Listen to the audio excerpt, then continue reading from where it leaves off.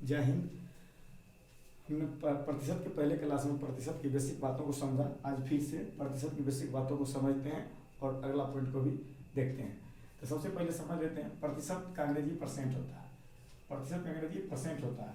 Percent जो है Latin शब्द परसेंटेनम से बना है। परसेंट जो है लैटिन शब्द परसेंटेनम से बना है।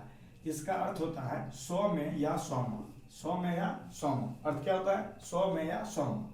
परसेंट कहने में बात प्रतिशत होता है और प्रतिशत दो शब्दों से मिलकर बना है, प्रति और शत। प्रतिशत दो शब्दों से मिलकर बना है, प्रति और शत। इसमें प्रत्येक अर्थ होता है प्रत्येक और शत का अर्थ होता है 100। प्रत्येक अर्थ होता है प्रत्येक और शत का अर्थ होता है 100। अर्थात हम प्रतिशत का शाब्दिक अर्थ बोल सकते हैं प्रत्येक 100 के लिए या प्रत्येक 100 में। प्रत्येक 100 के लिए या प्रत्येक 100 में। प्रतिशत का संकेत ये होता है। प्रतिशत को संकेत में इस चिन्ह के द्वारा दर्शाते हैं। प्रतिशत की परिभाषा को देख लेते हैं कि जिस भिन्न का हर 100 होता है, जिस भिन्न का हर 100 होता है उस भिन्न का अंश प्रतिशत को प्रदर्शित करता है। जिस भिन्न का हर 100 होता है उस भिन्न का अंश प्रतिशत को प्रदर्शित करता है। एक जैसे समझ लेते हैं जैसे 8/100 बराबर 8%, क्योंकि इसका हर 100 है और इसका अंश 8 है, इसलिए होगा 8%। अगला जैसे देख लेते हैं 9/100 बराबर कितना? 9%, क्योंकि इसका अंश 9 है और बटे में 100 है, तो अंश प्रतिशत को प्रदर्शित करता है। अब अगला पॉइंट देख लेते हैं प्रतिशतता। प्रतिशतता को अंग्रेजी में परसेंटेज कहते हैं।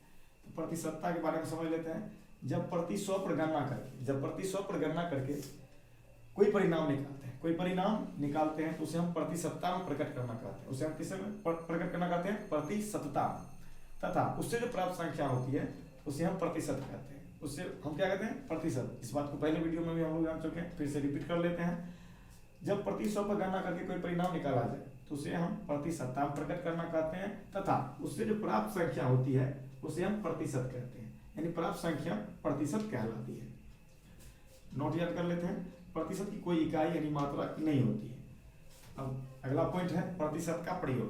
प्रतिशत का प्रयोग मुख्य रूप से दो तरीके से करते हैं। पहला तुलनात्मक अध्ययन। तुलनात्मक अध्ययन को समझ लेते हैं। जैसे कोई दो व्यक्ति का तुलना करते हैं, आय की तुलना करते हैं, उसकी आमदनी की तुलना करते हैं, या किसी विद्यालय के विद्यार्थियों की जो परीक्षा होती है उसके प्राप्तांकों की तुलना करते हैं, पिछले वर्ष की तुलना आने वाले वर्ष से करते हैं। ये एक प्रकार की तुलना हो, उसमें भी हम लोग प्रतिशत का प्रयोग करते हैं। दूसरा है व्यवसाय में। व्यवसाय का मतलब होता है कि कोई भी चीज खरीदना बेचना एक प्रकार का व्यवसाय होता है, या कोई लोग कंपनी चलाते हैं तो उसमें भी खरीद बिक्री करते हैं, तो एक प्रकार का व्यवसाय हुआ। उसमें लाभ हानि को बताता है, तो लाभ हानि भी प्रतिशत के आधार पर हम निकालते हैं। या तो इसका उदाहरण ले सकते हैं कि कोई व्यक्ति अपना मूलधन ब्याज पे लगाते हैं, तो उसमें जो ब्याज की गणना होता है वो भी हम प्रतिशत के आधार पर निकालते हैं। तो वो हो गया व्यवसायिक क्षेत्र में। तो मुख्य रूप से प्रतिशत का प्रयोग दो क्षेत्र में होता है, तुलनात्मक अध्ययन में और व्यवसाय के क्षेत्र में। अब अगला पॉइंट को समझ लेते हैं, साधारण भिन्न को प्रतिशत में बदलना। अगला पॉइंट क्या है? साधारण भिन्न को प्रतिशत में बदलना। इसको समझ लेते हैं। यदि किसी भिन्न को प्रतिशत में बदलेंगे, तो उसमें 100 से गुना करते हैं। कितना से गुना करते हैं? 100 से। जैसे को समझ लेते हैं, जैसे 1/5 को हम प्रतिशत में बदलेंगे, इसको हम 1/5 गुना 100 लिख सकते हैं। और कटने वाले हैं इसको काट देते हैं, 20 बार में कट जाएंगे, इसका आंसर हो जाएंगे 20%। 20%। अगला जैसे एक और, इसको भी समझ लेते हैं। 1/10 को यदि हम प्रतिशत में बदलना चाहेंगे तो इसमें 100 से गुना करेंगे और कटने वाले हैं इसको काट देंगे, इसका आंसर हो जाएंगे 10%।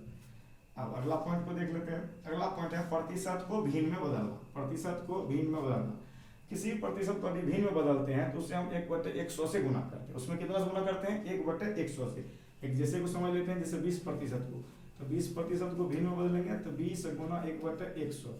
कटने वाले हैं इसको हम काट देंगे, 20×5 100, इसका आंसर हो जाएंगे 1/5। अगला जैसे है 50%। तो 50% को हम भिन्न में बदलेंगे तो 50 गुना 1/100 लिखेंगे, और ये भी कटने वाले हैं, इसको भी हम काट देंगे, इसका आंसर हो जाएंगे 1/2। अगला जैसे है 100%।